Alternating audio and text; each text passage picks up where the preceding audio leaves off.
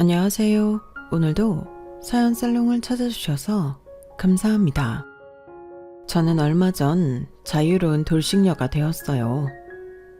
남편과 문제도 있긴 했지만 시댁 식구들의 허영과 어리석음이 저를 질리게 만들더군요.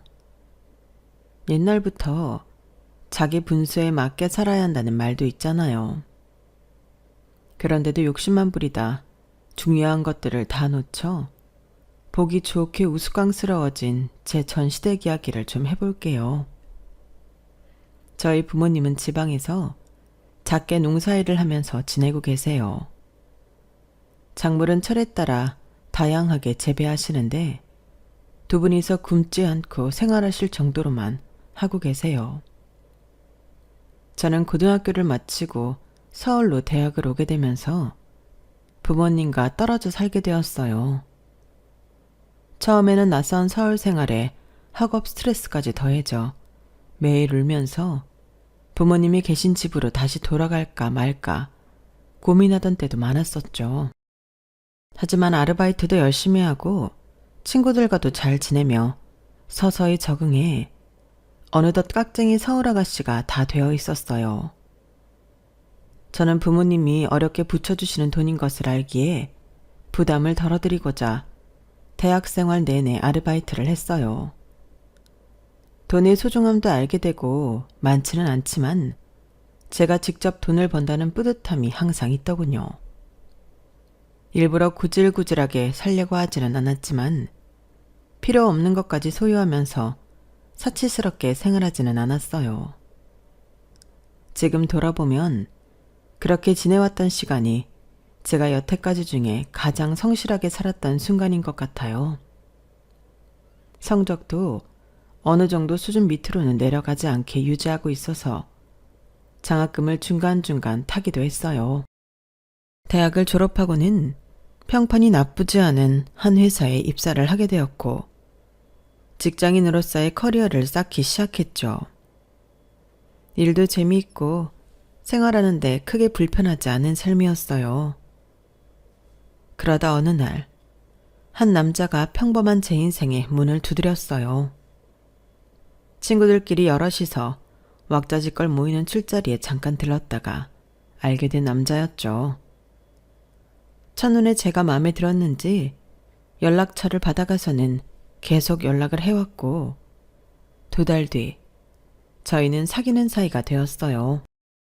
남자친구는 주변에서 흔히 볼 수 있는 평범한 대한민국 남자였고 크게 모난 것 없이 서글서글한 성격 덕분에 저희는 교제 2년 만에 결혼을 하게 되었죠. 내 집 마련이 워낙 어렵기 때문에 결혼 후에도 돈을 조금 모은 후 아기를 생각해보기로 계획을 짰어요. 남편 가족 중 아버지는 일찍 돌아가셨고 어머니와 밑으로 여동생이 하나 있었어요. 시모는 완전 서울 토박이로 간혹 지방의 제 친정 이야기를 하면 무슨 외계인 이야기를 듣는 것처럼 그렇어요. 나는 국내 시골에는 여행으로도 가본 적 없잖아. 누구한테 들었는데 다른 지방에는 지하철도 없다면서?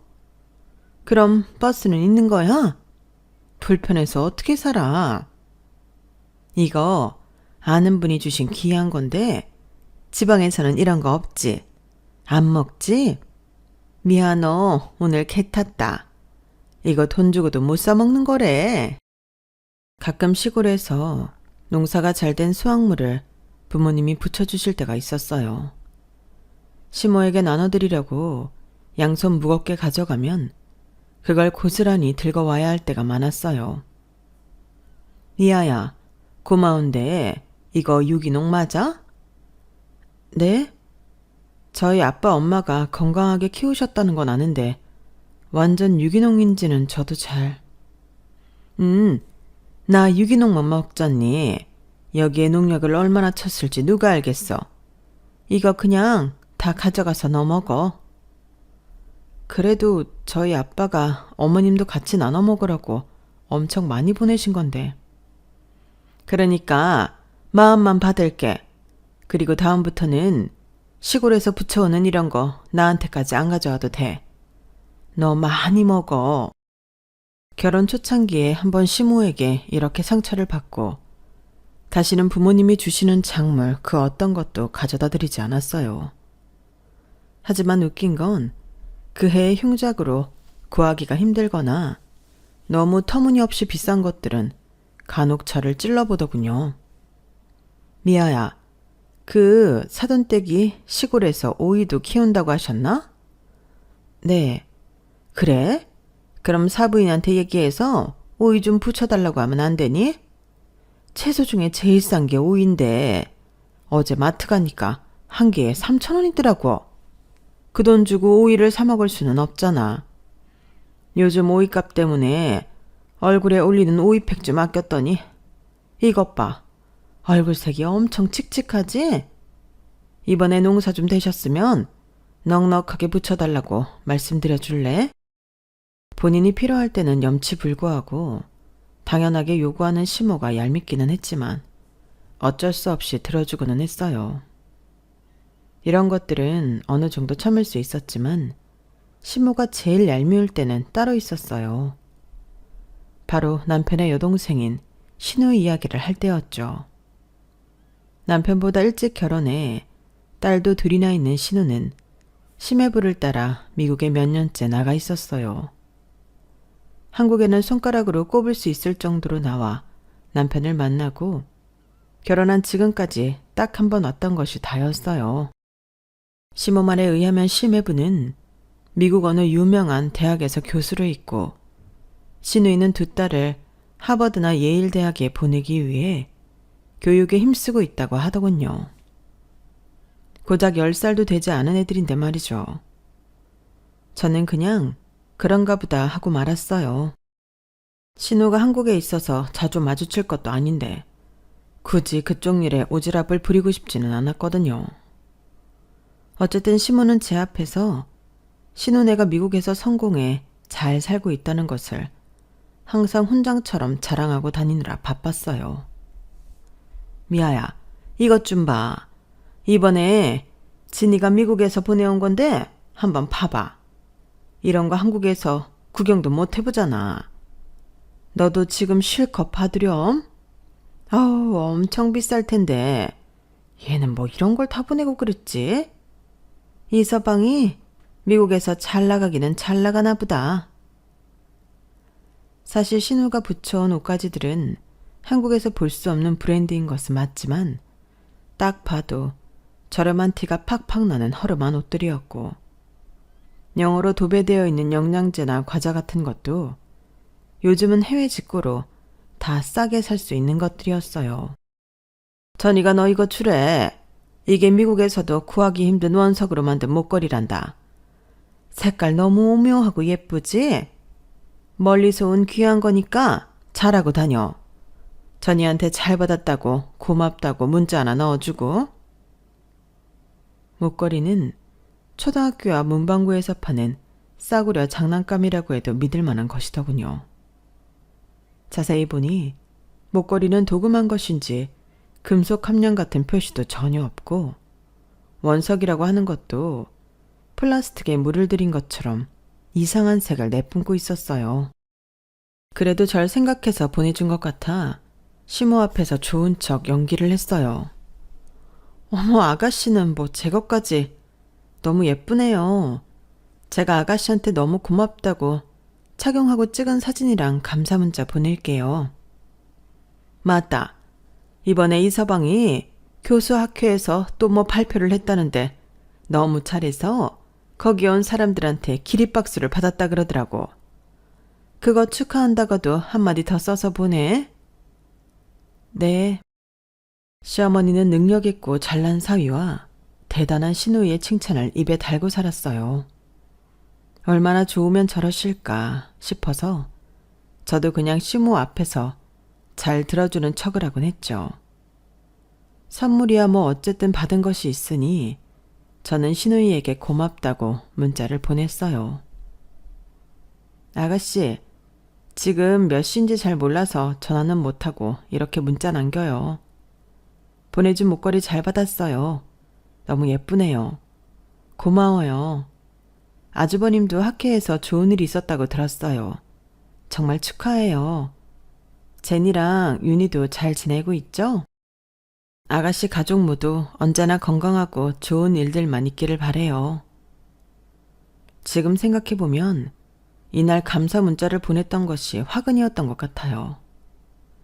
신우이는 그날 이후 내적 친밀감이 생긴 건지 매일 제게 문자로 미국 생활에 대해서 이야기를 해주었어요. 물론 듣고 싶지 않은 본인 자랑이 90%였죠. 언니, 그 목걸이 비싼 거니까 예쁘게 해요. 신랑이 라스베가스에 갔다가 비싸게 주고 산 거예요. 언니, 저 사는 집 한 번도 본 적 없죠? 짜잔! 사진에 있는 게 우리 집이에요. 너무 커서 안 쓰는 방도 있어요. 앞마당도 있고 뒷마당에서는 바베큐 파티도 해요. 나중에 미국 놀러 오면 우리 집에서 재워줄게요. 오늘 우리 제니가 학교에서 상을 받아왔지 뭐예요. 미국 애들도 타기 힘든 상인데 제니는 정말 천재 같아요. 오늘은 남편이랑 새 차를 계약하고 왔어요. 계속 BMW만 끌고 다녀서 지겹다고 했더니 제니 아빠가 벤츠로 한 대 뽑아준 거 있죠. 승차감이 나쁘지는 않네요. 어제 미국인 친구랑 여기서 제일 유명한 호텔에 가서 브런치를 먹었어요. 한국에서는 맛볼 수 없는 고급스러운 맛이더라고요. 친구도 얼마나 좋아하든지. 앞으로 자주 가야겠어요. 크리스마스 연휴에 따뜻한 하와이로 다 같이 놀러 갈까 계획 중이에요. 저는 오히려 캐나다에 가서 설산을 실컷 보고 싶은데 애 아빠가 추운 거 싫다 하네요. 너무 고민되네요. 신우이의 문자는 항상 이런 식이었어요. 아무렇지 않게 내뱉는 척을 하지만 사실은 모든 글자와 사진에는 자랑이 고스란히 묻어 있었죠. 저는 갑자기 시작된 신우의 문자와 사진 폭탄이 당황스러웠어요. 그래서 그저 네, 그렇군요 하고 답장을 할 뿐이었어요. 남편에게 신우의 문자를 막아달라고 하는 것도 뭐해서 최대한 간결하게 대답을 하고 말았죠. 거기다 언제부터인가 신우이는 제게 본격적으로 부탁을 하기 시작했어요. 언니, 이번에 우리 유나가 한국 된장찌개가 먹고 싶다고 난리여서 코리아타운에 있는 마트에 갔더니 우리가 먹는 그 된장이 수입이 안 됐더라고요. 그것 좀 택배로 보내줄래요? 그 외에 필요한 것들 리스트 적어보내니까 같이 좀 부탁해요. 지난번에 엄마한테 얘기했더니 엉터리로 보내준 것들이 많아서 언니한테 부탁 좀 할게요. 신우가 보낸 리스트에는 먹는 것부터 필요한 생활용품들, 몇 년 전 백화점에 수선을 맡기고 찾아가지 못한 옷까지 찾아와 붙여야 하는 것도 있었어요. 저는 좋은 마음으로 신우의 심부름을 했고 며칠 뒤에 소포를 받았다는 신우의 연락이 왔죠. 언니 잘 받았어요. 고마워요. 그런데 이번에 보내준 미역량이 얼마 안 돼서 금방 다 먹겠더라고요. 다음번에 좀 더 큰 사이즈로 부탁해요. 애들이 한식 중에 미역국을 제일 좋아해서요.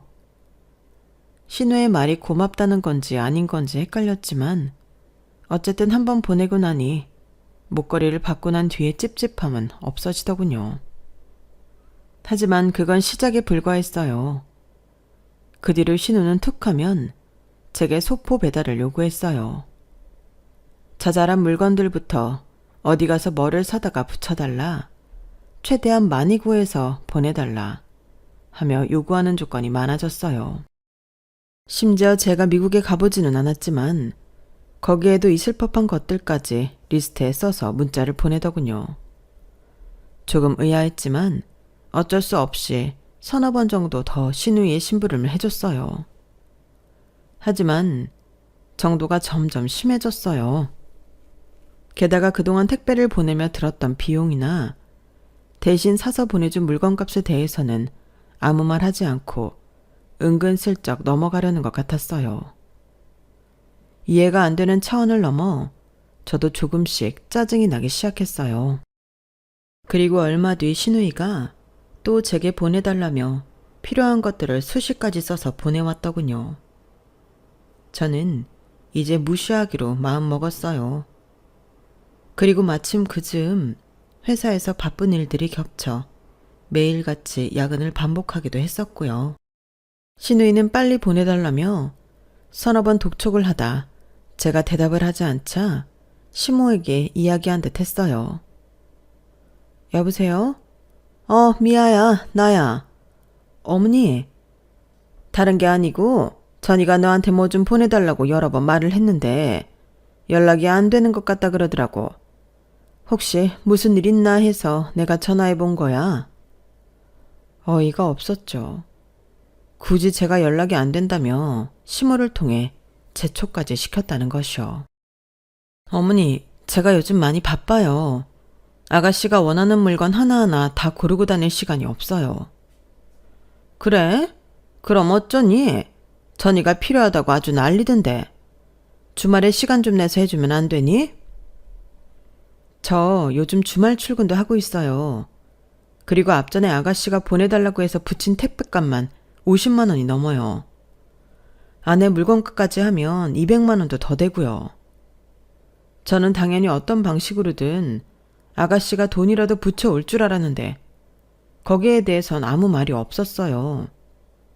첫 번째 택배야 제가 좋은 마음으로 보낸 건 맞지만 한두 푼도 아니고 그 뒤로 계속 이렇게 돈 얘기도 없이 붙이는 건 저도 좀 어려울 것 같아서요. 제 말을 들은 시모는 약간 움찔하는 것 같더군요. 아, 그래? 전이가 돈을 안 붙였구나. 우선 알았어. 일 열심히 해. 저는 속이 부글부글 끓는 것을 참으며 일을 했어요. 아무리 멀리 있어도 신우이는 신우인데 뭔가 불편한 느낌이 들기 시작했어요. 그날 저녁 늦게 퇴근하는 길에 시모가 제게 기프티콘을 보냈어요. 치킨 하나랑 피자 하나였죠.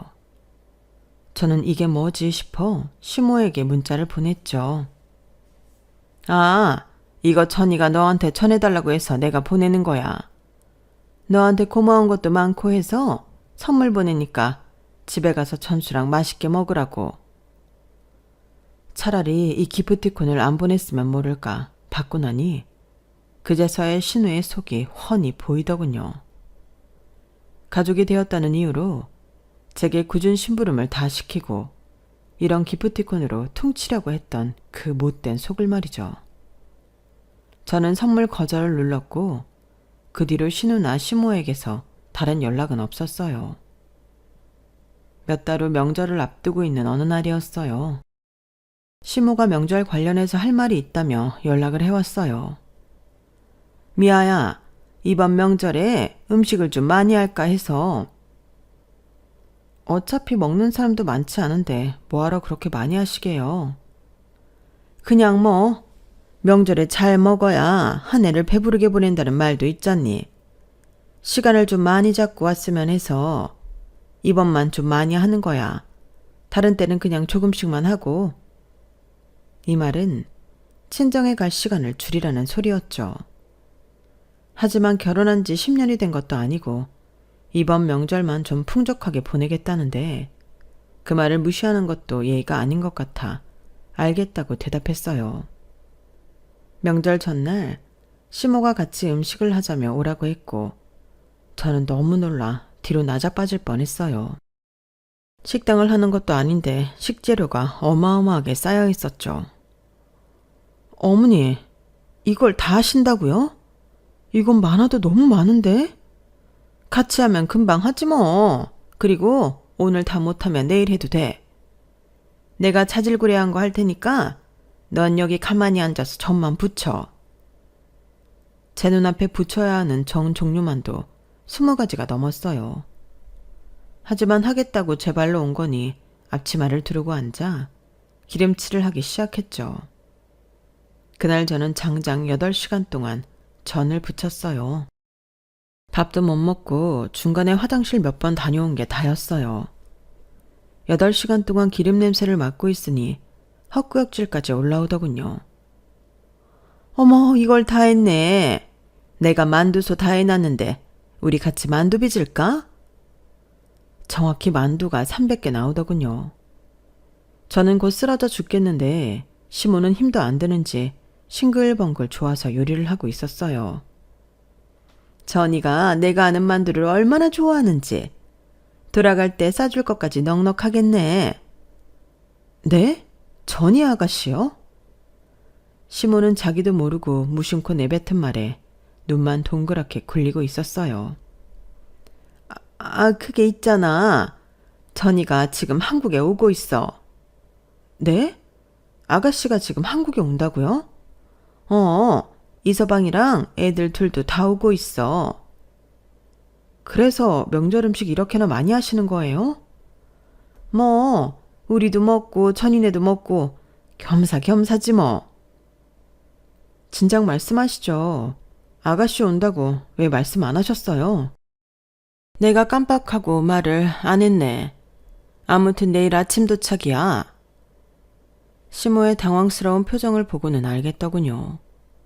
신우네가 한국에 온다고 하니 음식도 기절할 만큼 많이 준비했던 거예요. 저한테 솔직히 이야기하면 혹시라도 못한다고 할까봐 오기 전까지 함구하고 다 한 뒤 말을 꺼내려 했던 것이고요. 하지만 제 입장에서는 가족이 다 같이 모이는 명절이기도 하고 어차피 며느리로서 해야 할 일이었는데 그렇게 기분 나빠할 일도 아니었어요. 신우와의 택배 사건이 어찌됐던 여태껏 딱 한 번 만나본 신우이도 남편의 가족인데 반갑게 맞이하지는 못할 망정 삐뚤어진 마음을 잠시나마 가졌던 스스로가 한심하더군요. 어머니, 아가씨네 오신다고 하니 기분 좋으시겠어요. 제가 뭐 더 할 거 없어요? 괜찮으면 나물 좀 해줄래? 저는 15시간이 넘는 명절 음식을 다 마치고 지친 몸을 이끌고 집으로 돌아왔어요. 아가씨 내일 한국 도착이라는데 당신도 알았어? 전이? 그런데 왜 나한테 말 안 했어? 뭘 굳이. 어차피 와도 우리 집에 있는 거 아닌데 뭐하러. 그건 아니지. 나 오늘 어머님 집에 가서 하루 종일 음식하다 왔어. 명절 앞두고 음식 좀 미리 할 수 있지 뭐. 그게 아니라 정말 많은 음식을 했다고. 아가씨네 온다는 얘기는 거의 다 끝날 때쯤 알았어. 어머니도 아가씨 온 다음에 나한테 얘기하려고 했다 하시더라고. 명절 음식 좀 많이 했다고 지금 성질내는 거야? 성질내는 게 아니지. 필요할 때는 불러다 이것저것 시키면서 정작 아가씨 온다는 말 같은 건 왜 안 하는데? 가족이 이런 거야? 당신을 불러다 뭘 시켰다고 그래. 며느리가 음식하는 거 당연한 거지. 그렇다고 다른 식구 다 아는 이야기를 정작 나만 빼놓고 아는 이유는 뭔데? 음식하고 뭐 잘못 먹었어? 오자마자 아주 하는 말마다 꼬투리를 잡아대네. 벽에 대고 이야기를 하는 것 같았어요. 그렇게 서로 기분이 좋지 않은 대화를 마치고 말았죠. 다음 날 남편과 어색한 분위기를 한 채 시댁에 도착했어요. 문 밖에서부터 벌써 시끄러운 아이들 소리가 들렸어요. 아가씨 오셨어요? 어머, 언니 반가워요. 우리 이번이 2번째 보는 건가요? 긴 시간 비행기 타고 오느라 수고 많았겠네요. 우리는 다 비즈니스 타고 와서 괜찮아요. 자리도 넓고 먹는 것도 잘 나오고. 만약 이코노미였으면 지금 이렇게 쌩쌩하지 못했을 거예요. 아, 네. 만나자마자 자랑부터 늘어놓는 신우를 보니 어제 하루 종일 맡았던 역겨운 기름 냄새가 올라오는 것 같았어요. 제니, 윤희, 외숙모한테 인사해. 안녕하세요. 네가 제니고 네가 윤희구나. 만나서 반가워. 나는 전수삼촌이랑 결혼한 외숙모야. 똘망똘망해 보이는 두 아이들은 여기저기 구경하느라 정신이 없더군요. 미국 명문대 교수라는 심해부와도 인사를 마치고 본격적으로 어제 한 요리들을 내오기 시작했어요. 정말 상다리가 부러질 정도의 요리들이 즐비했어요. 저는 만두랑 전 쪽은 얼굴도 못 돌리겠더군요. 맛있게 먹으면서도 뭐는 좀 짜다, 뭐는 좀 기름지다 하며 빈정대는 신우이에게는 정말 눈꽃만큼의 정도 가지를 않더군요. 식사하는 내내 자신의 미국 생활을 자랑하느라 바빴던 신우이는 아주 자랑스러운 눈빛으로 제게 작은 상자 하나를 내밀었어요. 이게 뭐예요? 열어봐요. 여기서는 구하지도 못하는 거예요. 언니 생각나서 사왔어요. 또 얼마나 조잡스러운 걸로 생색을 내려나 싶어 상자도 열기 싫었지만 다들 쳐다보고 있어 어쩔 수 없이 조심스럽게 열어보았어요. 혹시나 했지만 역시나였어요. 스타벅스 로고가 있는 상자였고 안에는 머그컵이 들어있더군요. 언니, 이거 뉴욕에 가야지만 살 수 있는 머그잔이에요. 한정판이라고요. 너무 예쁘죠? 네? 아, 예쁘네요. 고마워요. 도시 이름이 박혀있는 머그잔 하나를 내밀며 온 세상을 다 안겨준 듯한 표정의 신우이는 쉬지 않고 그게 구하기 얼마나 어려운 건지 설명을 시작했어요. 하지만 그 머그잔의 선물 의도는 머지않아 밝혀졌어요. 언니, 우리가 사는 곳이 한인타운이랑 너무 멀기도 하고 정말 백인들, 그 중에서도 리치한 백인들이 모여 사는 곳이거든요. 그래서 한국 물건을 구하는 게 너무 어려워요. 아무리 돈이 많아도 미국에서는 안 되는 것도 있더라고요. 엄마한테 부탁하려고 했는데 요즘 뭐 허리랑 무릎도 안 좋다 그러고 이 선물 받고 앞으로 제가 부탁하는 택배 좀 보내주면 안 돼요? 그러면 진짜 너무 고마울 것 같은데. 신우이는 애교 섞인 목소리로 택배 이야기를 꺼내더군요. 언니, 나중에 오빠랑 미국 놀러 오면 우리 집에서 지내게 해줄게요. 공짜로. 제가 사진 보여줬죠? 우리 집 엄청 커요. 남는 방이 몇 개인지 몰라요. 미국은 숙박시설도 어마어마하게 비싼 거 알죠? 그 돈만 아껴도. 저는 갈 계획도 없는 미국 여행에서의 숙박 제공을 들먹이며 호의를 베푸는 듯이 말하는 신우이가 정말 꼴보기 싫었어요. 저는 신우의 계획에 말리지 않고 쐐기를 박아야겠다는 생각에 말을 했어요. 택배요? 그런데요, 아가씨. 이게 정도가 있어야 하는데 너무 자주 또 너무 많이 보내달라고 하시잖아요. 저 집에서 노는 사람 아니고 이래요. 한 곳에서 다 구할 수 있는 것도 아니고 돌아다니면서 발품 팔아야 되는 것들 위주로 부탁하시는데 제가 좀 곤란해서요.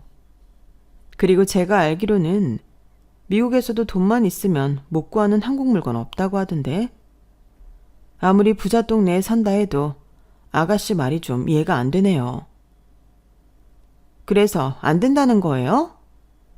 좀 힘들다고 말씀드리는 거예요. 차라리 문자로 이야기하면 더 안 좋을 뻔했는데 이렇게 얼굴 보고 말할 기회가 되니까 훨씬 낫네요. 저 전수 씨랑 사귀고 결혼까지 하면서 여태까지 아가씨 오늘로 딱 2번 본 게 다예요. 그런데 조금 황당했어요.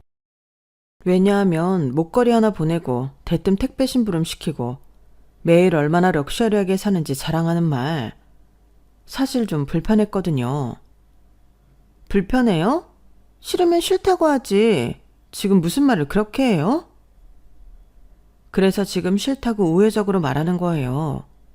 끼지도 않았는데 까맣게 변색된 목걸이랑 이 스타벅스 머그컵을 가져와서 앞으로 택배 보내는 일을 적극적으로 해줬으면 좋겠다고 하는 게 너무 이해가 안 돼서요. 엄마한테 치킨이랑 피자도 받지 않았어요? 아, 그거요? 제가 선물 받기 거절했어요. 아가씨 통해서 어머니가 보내주신 것 중에 닭다리 껍질 하나도 먹은 거 없어요. 돈 얘기 나오면 치사해지지만 그동안 제가 아가씨한테 보내면서 쓴 돈이 몇백만 원이나 되는데 기프티콘은 좀 아니죠. 입장을 바꿔서 생각해보면 될 텐데요. 입술을 깨물고 부들부들 떠는 신우이가 느껴졌어요. 남편은 옆에서 가만히 나 있지 오히려 기름을 들이붓더군요. 아니, 당신은 그거 좀 붙여준다고 뭐 어떻게 돼? 한국 떠나서 미국에서 외롭게 지내는데 필요한 거 있으면 가족끼리 보내주기도 하고 그런 거지. 왜 이렇게 양심이 없어? 뭐? 양심? 진짜 양심 없는 게 뭔지 잘 생각해봐. 그렇게 쉬운 거면 당신이 아가씨한테 붙여주던지. 똑같이 몇백만 원에 상당하는 뭔가를 보내줘야 당신도 붙여주겠다는 거야? 당신 이렇게 치사한 사람이었어? 치사하다니.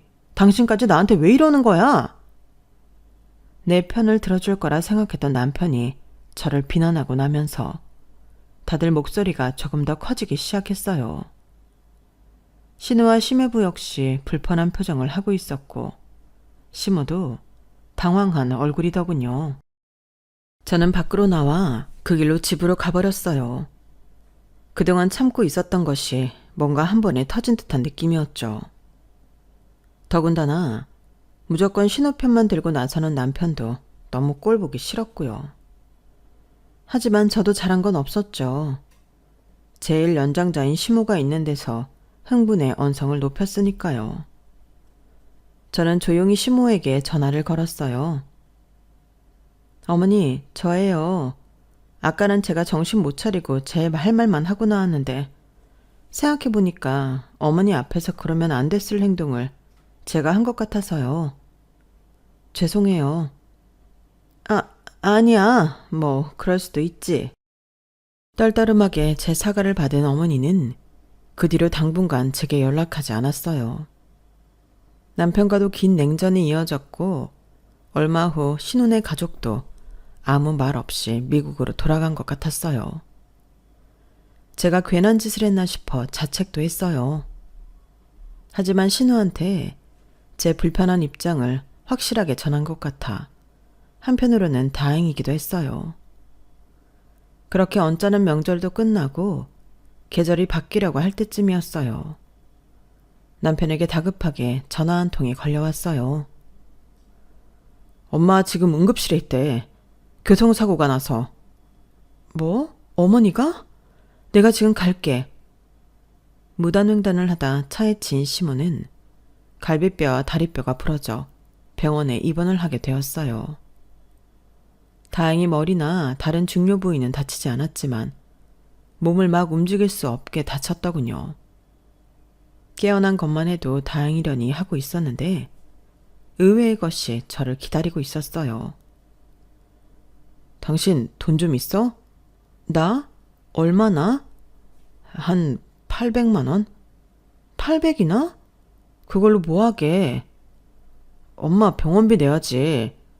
엄마 실비보험 있긴 한데 어쨌든 먼저 수납을 하고 처리해야 될 것 아니야. 당신은 돈 없어? 내가 돈이 어딨어. 보험료 돌려받으면 당신한테 주라고 할 테니까 이번에 좀 먼저 수납해줘. 남편은 당시 주식 때문에 비상금으로 있었던 여윳돈을 대부분 잃은 상태였어요. 그나마 안정적으로 회사 생활을 하고 저축만 꾸준히 해왔던 저는 당장 병원비를 낼 수 있을 정도의 돈 정도는 갖고 있었죠. 남편을 원망하고 있어봤자 잃은 돈이 돌아올 것도 아닌데 더 시끄럽게 만들지 말고 그냥 제가 먼저 돈을 내는 게 맞는 것 같았어요. 어차피 실비보험료를 받으면 어머니가 저한테 돌려주실 테니까요. 오랜 병원 생활을 마치고 시모는 집으로 돌아왔어요. 입원해 있는 동안 간병해줄 사람이 없어 연차를 모조리 당겨 제가 시모를 간호할 수밖에 없었어요. 집에 온 뒤로도 여전히 움직임이 활발하지는 못해서 제가 주말마다 반찬을 해놓고 오고 빨래며 청소까지 하고 와야 했어요. 그래도 교통사고였는데 살아서 저렇게 태어난 것만 해도 천만 다행이다 생각하며 불평 없이 온갖 굳은 일을 했어요. 몇 달 뒤 시모의 몸 상태도 많이 돌아왔고 정상적 일상생활이 가능해졌어요. 시모는 그동안 간병해줘서 고맙다며 제게 흰 봉투를 하나 내밀었어요. 이게 뭐예요? 조금밖에 못 넣었어. 그래도 미안 너 덕분에 내가 이렇게 잘 회복했어. 흰 봉투에는 놀랍게도 돈이 들어 있었어요. 그리고 더 놀라운 것은 그 돈의 액수가 30만 원이었다는 것이죠. 저는 시모에게 봉투를 돌려주며 말했어요. 어머니, 저 이런 거 바라고 한 거 아니에요. 큰 사고였는데 이렇게 살아계신 것만으로도 기적이고 감사하죠. 이런 거 안 주셔도 돼요. 그냥 제가 어머니 병원에 계실 때 대신 수납한 것만 부탁드릴게요. 실비 처리 아직 안 하신 거죠? 실비? 보험 말이니? 네. 저도 그냥 어머니 병원비 내드리고 싶은데 돈 들어갈 때가 많고 실비 처리로 병원비 대부분을 고스란히 받을 수 있다고 하니. 누가 그래? 나 실비 있다고. 전수 씨가 그러던데요. 제가 먼저 수납하면 어머니 다 낫고 실비 처리한 걸로 돌려주겠다고. 어? 나 실비보험 없어. 아니, 있었는데 해약했지. 해약이요? 언제요? 좀 됐는데. 난 보험 없어. 보험이 하나도 없으시다고요? 수술이고 치료고 나을 보험비가 없어. 전수 걔가 잘못 알고 있었나 보네. 그럼 있었는데 왜 해약을 하셨어요? 시모는 제 질문에 우물쭈물하며 한참 대답을 못하더군요.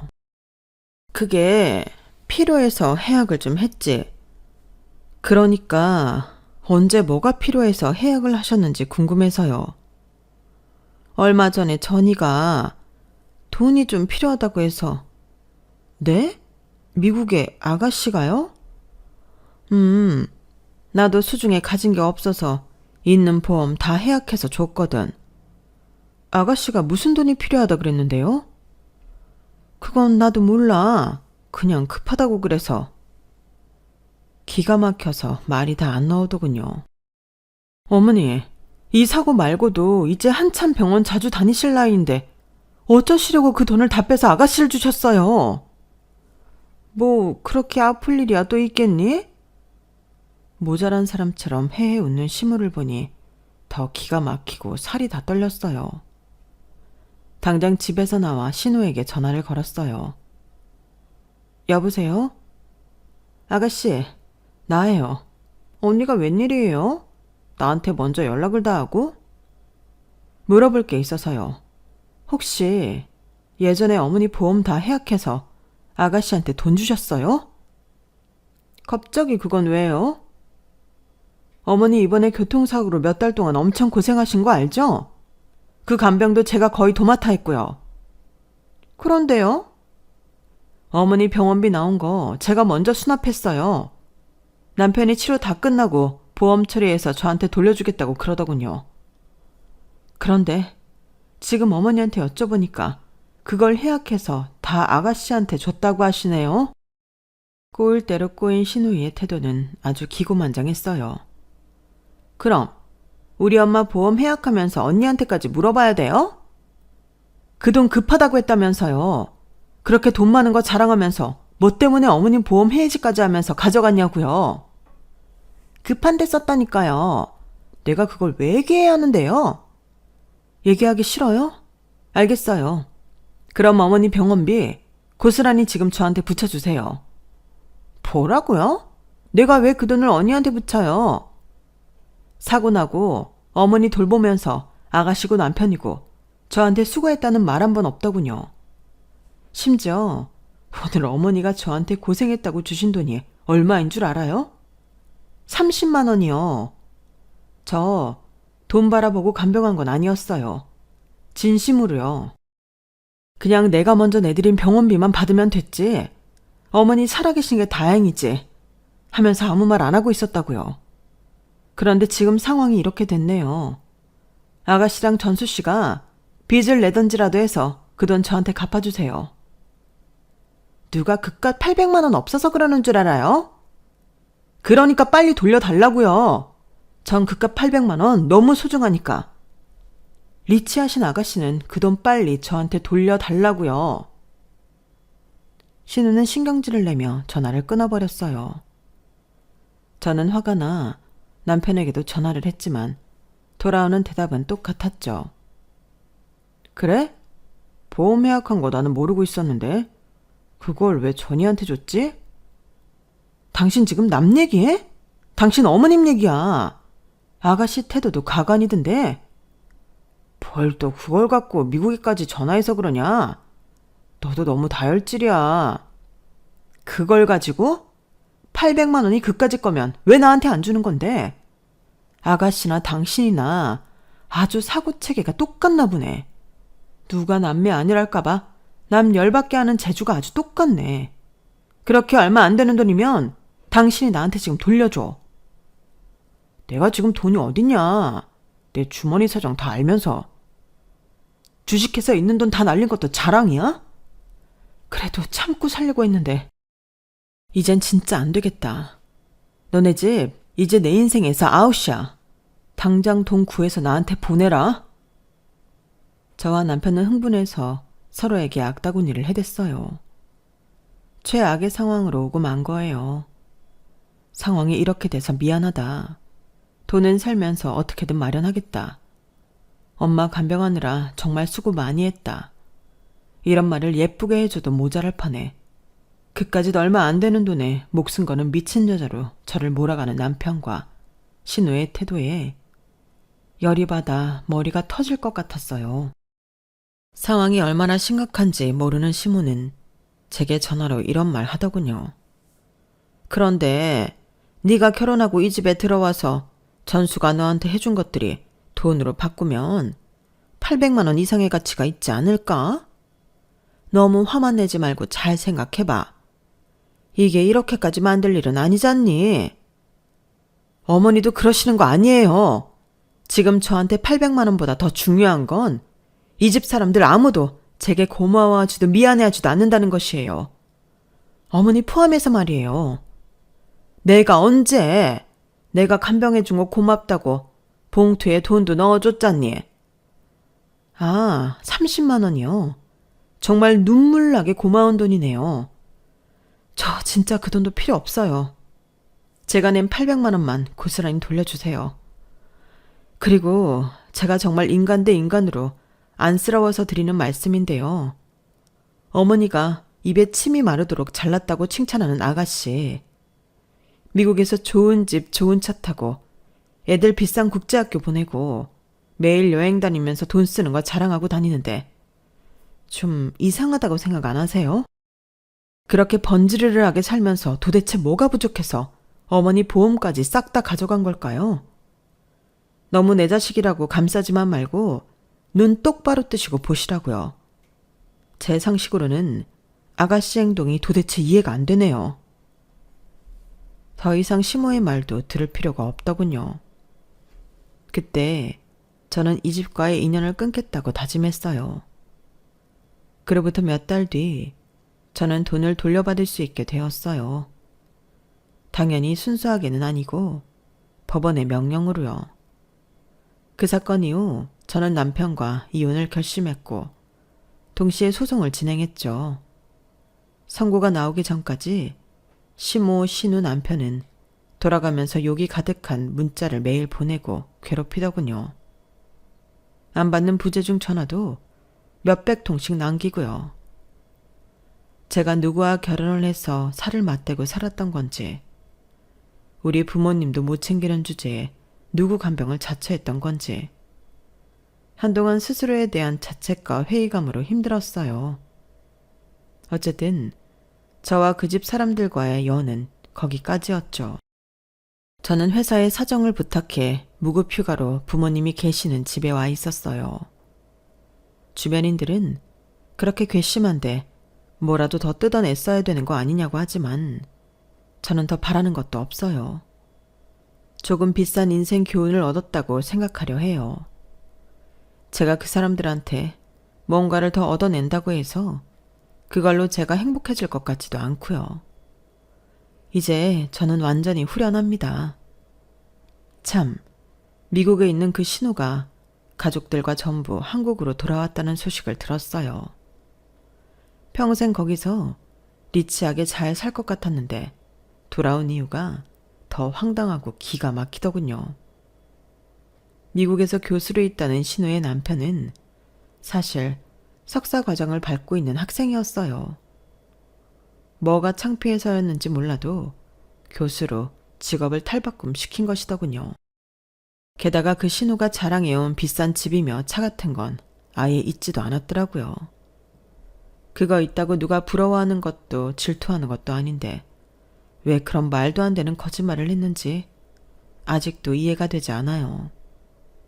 게다가 신우는 영어도 잘 못해서 한인 식당을 돌며 조금씩 일을 해 생활했는데 그마저도 성실하게 안 하고 옮겨 다녀서 한인들 사이에서 별로 소문도 좋지 않게 났다고 해요. 모아둔 것도 없어 지금 내 가족이 시모 집에 얹혀 살고 있다고 들었어요. 남편의 공부고 뭐고 당장 생활 자체가 어려우니까 어떻게든 필요한 것들을 한국에서 택배로 받아서 생활했던 것이고 시모의 보험 역시 그런 생활비를 충당하기 위해 가져간 것이라고 하더군요. 보이는 게 전부라고 믿은 허영덩어리 못난 신우, 아무 상황 파악도 못하는 시모, 남일처럼 수수방관했던 남편, 제 평생 만나기도 힘든 사람들을 한 집안에서 다 만난 것 같네요. 그들이 아주 잘 살기를 바라기는 어려울 것 같아요. 저는 또다시 힘을 내서 부모님 잘 모시며 앞으로의 인생을 잘 꾸려 나가보려 합니다. 응원해 주시면 더 힘이 날 것 같아요. 지금까지 이야기 들어주셔서 고맙습니다. 항상 건강하시고 행복하세요. 여러분, 사연 댓글에 응원과 현명한 조언 부탁드려요. 좋아요와 구독은 저에게 큰 힘이 됩니다. 오늘도 좋은 일 가득하세요.